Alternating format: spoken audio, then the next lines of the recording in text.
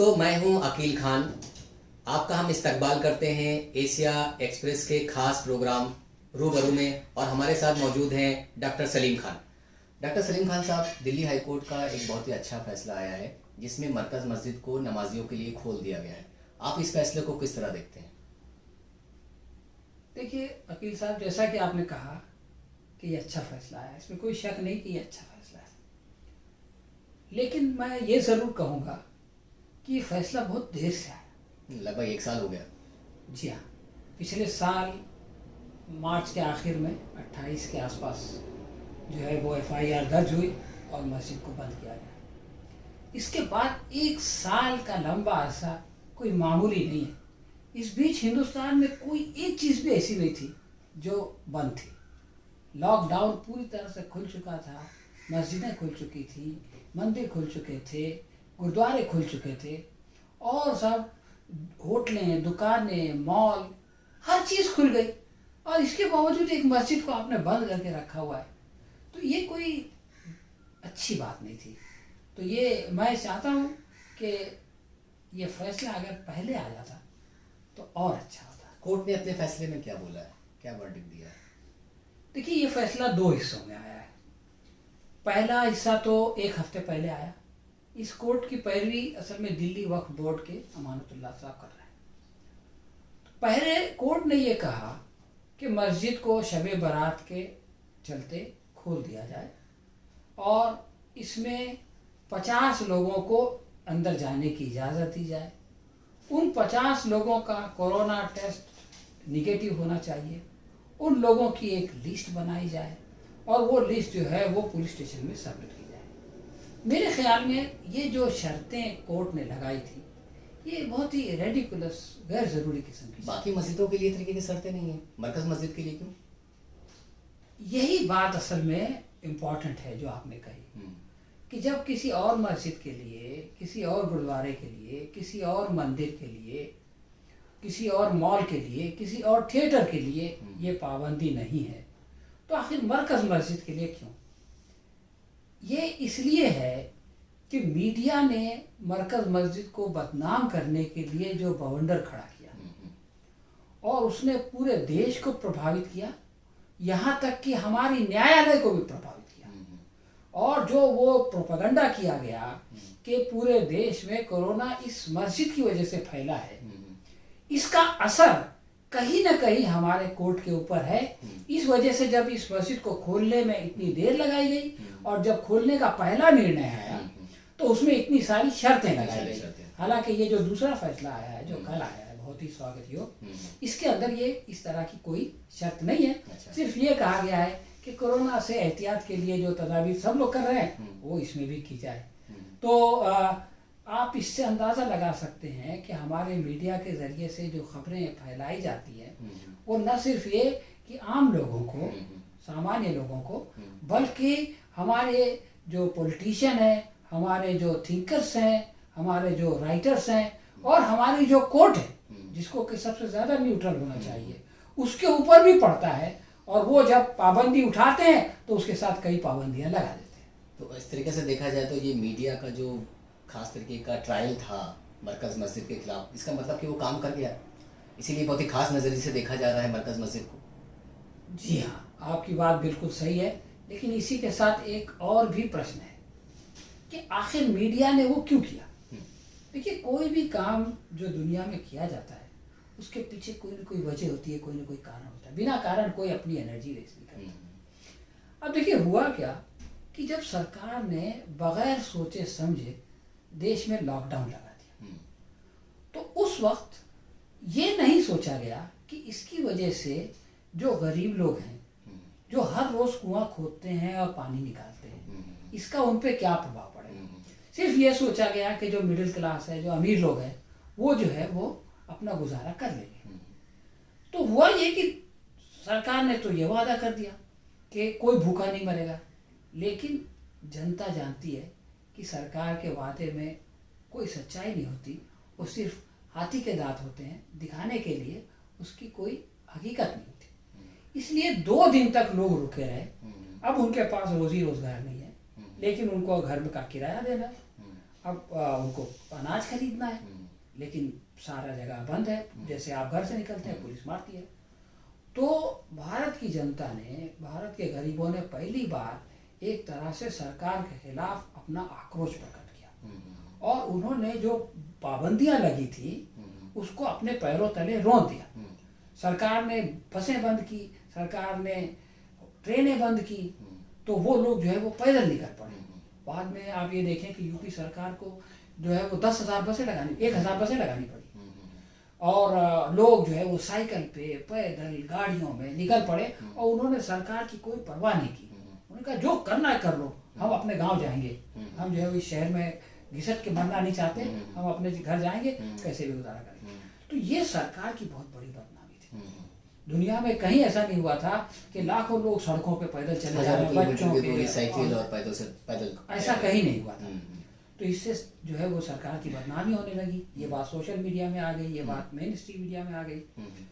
तो इस नाकामी की तरफ से ध्यान हटाने के लिए ये तबलीगी जमात का बवंडर खड़ा कर दिया गया। तबलीगी जमात को बलि का बकरा बनाया गया। तबलीगी जमात को बलि का बकरा बनाया गया और जो है वो कोरोना जिहाद का नारा लगाया गया और उसके आड़ में पूरे मुस्लिम समाज को बदनाम करने की कोशिश की कि ये लोग देश में जो है वो कोरोना फैला रहे हैं। उसका असर भी ये डॉक्टर साहब देखने को मिला था कि कुछ एरियाज में जब मुस्लिम वेंडर सब्जी वाले सब्जी बेचने के लिए जाते थे तो भी उन्हें मार मार के भगाया जाता था। इतनी नफरत फैला दी गई थी कि वो एक आम मुसलमान पर भी उसका इफेक्ट पड़ गया था। बिल्कुल सही बात कही आपने। ऐसी कई वीडियोस आई कि ये बातें कि वो लोगों ने अपने यहाँ से वेंडर्स को भगाया, बल्कि ये खबरें भी जो है सोशल मीडिया में चल पड़ी कि मुसलमान जो है वो फल बेचने के लिए उसको पहले चख लेते हैं और उसके अंदर कोरोना घुस देते हैं। हालांकि कोई दुकानदार ऐसा करने की सोच नहीं सकता और कोई करे भी तो उसके अंदर कोरोना हो, ये जरूरी है। यानी एक ऐसा माहौल बनाया गया कि जैसे पूरा हिंदुस्तानी समाज कोरोना से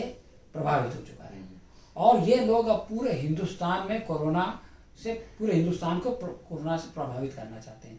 तो ये जो मीडिया और सरकार, और आप ये देखें कि उस टाइम में हमारे दिल्ली के जो स्वास्थ्य मंत्री है वो हर रोज आते थे, इतने लोग कोरोना से प्रभावित हुए, उसमें इतने तबलीगी जमात के। तो इस यूपी के वो आते थे तो वो यही कहते थे। हालांकि इस तरह से आप किसी को आइडेंटिफाई कर नहीं सकते, लेकिन वो लोग भी उस चक्कर में पड़ गए थे। किसी तरीके से अपने नाकामियों का मलबा जो है अपनी नाकामियों का तबलीगी जमात पे फाड़ के और अपनी जान छुड़ा रहे थे। डॉक्टर साहब, अब जबकि 1 साल हो चुका है तो ये बड़ा दयनीय और बड़ा दिल को दहला देने वाला पूरा इतिहास है 1 साल मरकज मस्जिद का और तबलीगी जमात का। अब हम ये देख रहे हैं कि अभी इस वक्त दूसरी लहर चालू है और ये बहुत ही खतरनाक है पहली लहर से भी। जिस वक्त ये पहले मरकज मस्जिद का इंसिडेंट हुआ उस वक्त 1000 से कम भारत में कोरोना के केसेस थे। आज वर्ल्ड में दूसरे नंबर पर हम सबसे प्रभावित कंट्रीज हैं। आज जब हम सबसे ज़्यादा प्रभावित कंट्रीज हैं वर्ल्ड में, तो दूसरी तरफ कुंभ का मेला चल रहा है और इस बीच में मरकज मस्जिद को खोल दिया गया है। आप किस तरह को रिलेट करते हैं? क्योंकि सोशल मीडिया पे एक बहुत बड़ी बहस छिड़ी हुई है कि जब 1000 से कम केसेस थे तो कोरोना की वजह से मरकज मस्जिद को बंद कर दिया गया। आज हम कोरोना केसेस में वर्ल्ड के दूसरे नंबर पे हैं तो कुंभ का मेला हो रहा है, किसी की कोई सोशल डिस्टेंसिंग नहीं है। किस तरह देखते हैं आप इस पूरी घटना? इसमें 2 प्रश्न आपने किए। पहला प्रश्न तो ये है कि ये जो 1 साल गुजरा इसमें क्या हुआ, ये आपको देखना पड़ेगा इस सवाल का जवाब के। और फिर ये जो अब हो रहा है ये क्यों हो रहा है। तो इस 1 साल में जो हुआ वो ये था कि कोरोना जब तेजी के, जैसा आपने बताया कि 1000 से कम केसेस थे और उसके बाद भारत में अगस्त आने तक लाखों केसेस हो गए।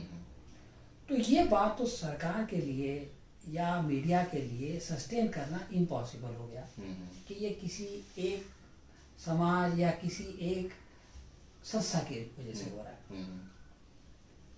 इसके बाद में आप ये देखें कि पिछले साल के अगस्त में अहमदनगर से कुछ लोगों को पकड़ा गया, जिसमें कुछ फॉरेनर्स थे और कुछ इंडियंस थे और उनको औरंगाबाद बेंच में पेश किया गया। वहाँ पर जस्टिस नलावड़े ने जो फैसला किया है आप उसको देखें, वो एक बड़ा पैराडाइम शिफ्ट था। जस्टिस नलावड़े ने ये कहा कि हुकूमत जब नाकाम होती है, सरकार जब फेल होती है तो उसको अपनी नाकामी को छुपाने के लिए कोई ना कोई बलि के बकरे की जरूरत पड़ती है। ये फैसले में लिखा हुआ ये है, खुद कोर्ट के जज ने कोर्ट के जजमेंट में लिखा हुआ है। मतलब वो एक्सेप्ट कर रहे हैं कि उन्होंने ये तबलीगी बात, जमात को बलि का बकरा बनाया गया। हाँ, उन्होंने ये कहा कि जब हुकूमत नाकाम हो गई तो उसने तबलीगी जमात के लोगों को और फॉरेनर्स को बलि का बकरा बनाया। और उन्होंने उसमें मीडिया के बारे में भी कहा कि मीडिया को इस तरह का काम नहीं करना चाहिए। दुनिया की कोई महामारी जो है वो किसी एक समुदाय की वजह से या किसी एक संस्था की वजह से नहीं होती, लेकिन ये बहुत अफसोसनाक बात है। और उन्होंने सब लोगों को जमानत भी दे दी। तो इस तरह से आप ये देखें कि अगस्त के बाद से पैराडाइम शिफ्ट होना शुरू हुआ। उसके बाद में एक और घटना की तरफ मैं आपका ध्यान आकर्षित करता हूँ। हुआ ये कि जब तबलीगी जमात वालों को बदनाम किया गया कि ये लोग हॉस्पिटल में जाते हैं तो ये नर्सेस के साथ बुरा सलूक करते हैं, ये इधर थूकते हैं, उधर थूकते हैं, इस तरह की बातें की गई। ये सब बातें मीडिया में आई। लेकिन उसके बाद ये हुआ कि कोरोना की रोकथाम के लिए आप अपना वो सीरम प्लाज्मा दीजिए। अब आप देखिए कि प्लाज्मा देने के लिए कौन आगे आया? सबसे आगे तबलीगी जमात के लोग। तबलीगी जमात के लोग आगे आ गए। अब लोगों ने ये सोचना शुरू किया कि यार हम तो ये समझ रहे थे कि ये लोग कोरोना फैला रहे हैं, लेकिन ये तो कोरोना को रोकने के लिए प्लाज्मा दे रहे हैं। इस बीच एक और भी घटना हुई कि जब सरकार जो है वो ध्यान हटा रही थी और मुसलमानों को, मुसलमान समाज को बदनाम कर रही थी, तो उस वक्त मुसलमानों ने आगे बढ़ के जो लोग जा रहे थे, जो मजदूर जा रहे थे पैदल, उनकी मदद की। रमजान का महीना था, वो रोजे से थे, और ये बातें भी न्यूज़पेपर में आने लगी, ये बातें भी समाचार पत्रों में आने लगी कि भाई मुसलमान जो है, यानी एक तरफ मुसलमानों को बदनाम किया जा रहा है, तो कोरोना फैलाते हैं, दूसरी तरफ मुसलमान जो है उन गरीबों की मदद कर रहे हैं, मदद। दूसरी बात यह कि तबलीगी जमात कोरोना फैला रही है तो तबलीगी जनाब जो है वो अपना प्लाज्मा दे रही है। तो इसकी वजह से जो ये पूरा मीडिया का प्रोपेगेंडा था वो एक तरह से आप कह सकते हैं कि ध्वस्त हो गया। अब वक्त आगे बढ़ता गया और लॉकडाउन खत्म हो गया, और लॉकडाउन खत्म होने के बाद जो है वो सारी मस्जिदें, मंदिर और गुरुद्वारे और सभी चीज़ खुल गई, चीज़ें तकरीबन नॉर्मल हो गई। लेकिन अफसोसनाक बात यह है कि मस्जिद बंद रही, और अभी 1 साल से ज़्यादा वक्त के बाद में मस्जिद को खोला गया। अब जो आपका दूसरा प्रश्न है कि ये मस्जिद को एक ऐसे वक्त में खोला गया कि जब हमारा देश जो है वो 1 करोड़ से ज़्यादा यहाँ पे लोग अभी तक प्रभावित हो चुके हैं, और पूरे विश्व में दूसरे नंबर पे आ गया। ब्राज़ील के बाद था, पिछले हफ्ते हम लोग ब्राज़ील से नीचे थे, अमेरिका, ब्राज़ील और भारत। अब ये सिचुएशन है कि अमेरिका, भारत और ब्राज़ील। तो ऐसे में इस मस्जिद को क्यों खोला गया, और ऐसे में कुंभ के अंदर इतने लाखों लोगों को इसकी इजाजत क्यों दी? देखिए, मस्जिद को तो इसलिए खोला गया कि जब सारे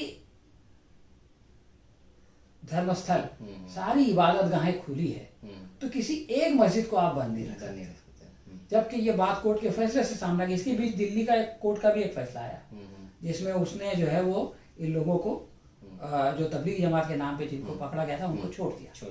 तो वो दूसरा फैसला था।